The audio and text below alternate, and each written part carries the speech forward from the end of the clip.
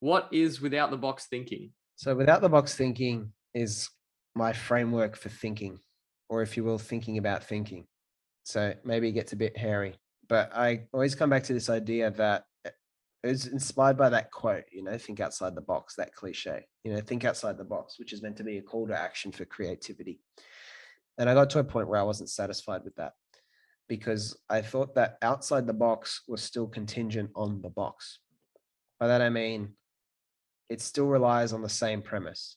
It relates to the conversation we've just been having about school as one of my favorite examples. Everyone's trying to improve school by having, whatever, longer break times. Is it more holidays? Is it more of this subject versus that subject? They're making cosmetic, small item changes. But something like school, I would suspect that actually it's the whole premise that is wrong. So you've got box thinking. If an idea or a way of thinking about something is represented by a box has obviously fixed lines.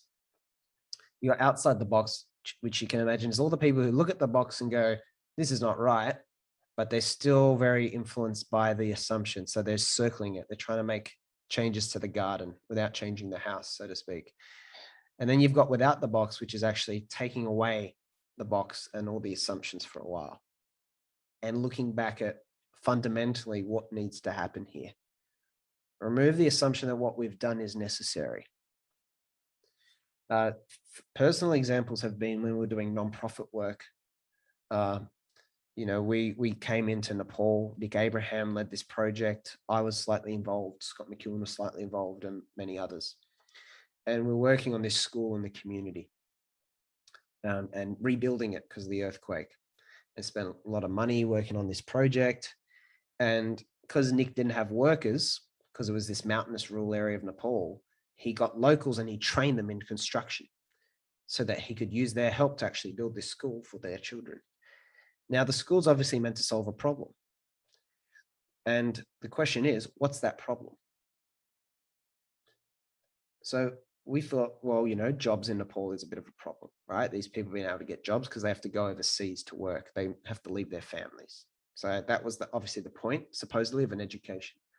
But then when we were doing our research, we found that about a quarter of people in the community already went to university. When I showed a donor that, he questioned it. He said, double check that, doesn't sound right. Because everyone thought a quote unquote poor community in Nepal, that number sounded way too high. When I asked people to guess how many people in that sort of community go to university, most people guess none, 5% tops, a quarter. So we thought, what is that? We verified it. It was correct.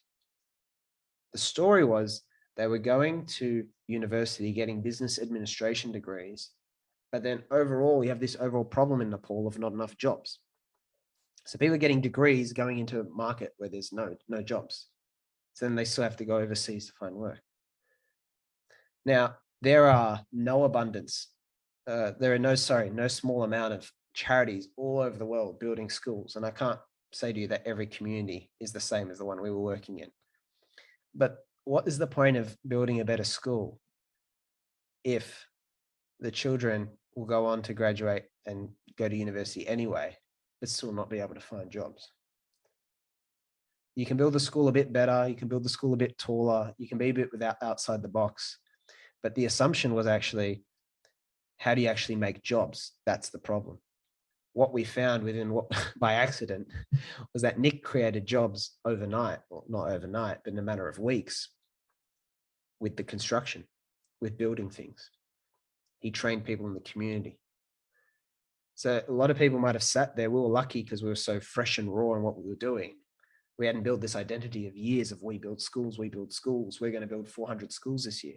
How can you be the organization building 400 schools this year and think without the box and go, sorry, everyone, the millions or billions you've donated was probably in waste. We probably should have been setting up companies to employ people.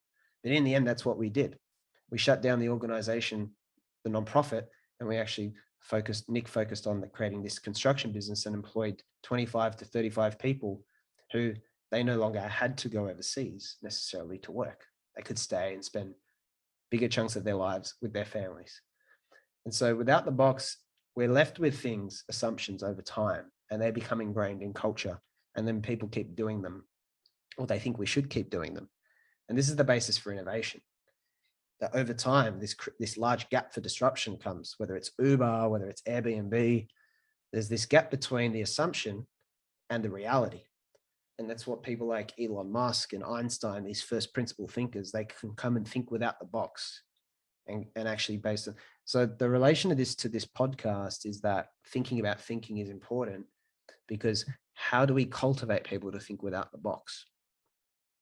It's hard, it's not easy.